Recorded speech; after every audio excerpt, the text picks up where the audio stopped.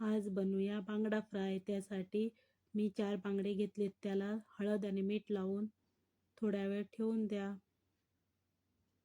म्हणजे ते थोडे कडक बनतील. आता हे परत आपण हे स्वच्छ धुवून घ्यायचे. स्वच्छ धुवून झाले की ह्याला तिखट, मीठ, हळद, धने जिरे पावडर लावून घ्या. थोडासा फिश मसाला पण लावून घ्या. परत आता कॉर्नफ्लॉवरमध्ये बेसन पीठ 1 चमचा टाकून त्यात पण सर्व तिखट, मीठ, हळद आणि काळी मिरी पावडर, धने जिरे पावडर हे टाकून घ्या. हे सर्व एकत्र करून घ्या आणि मॅरिनेट केलेले बांगडा ह्यात घोळून घ्या. हे बघा, मी तुम्हाला दाखवते मी कसं केलं ते.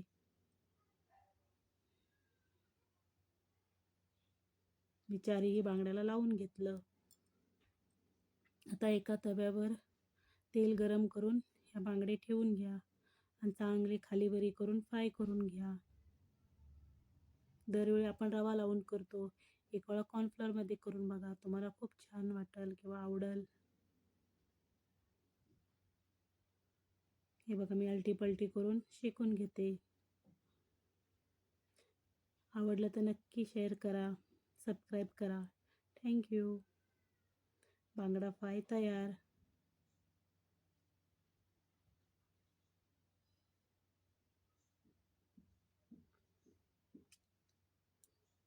एकदम खरपूस भाजून घेतले.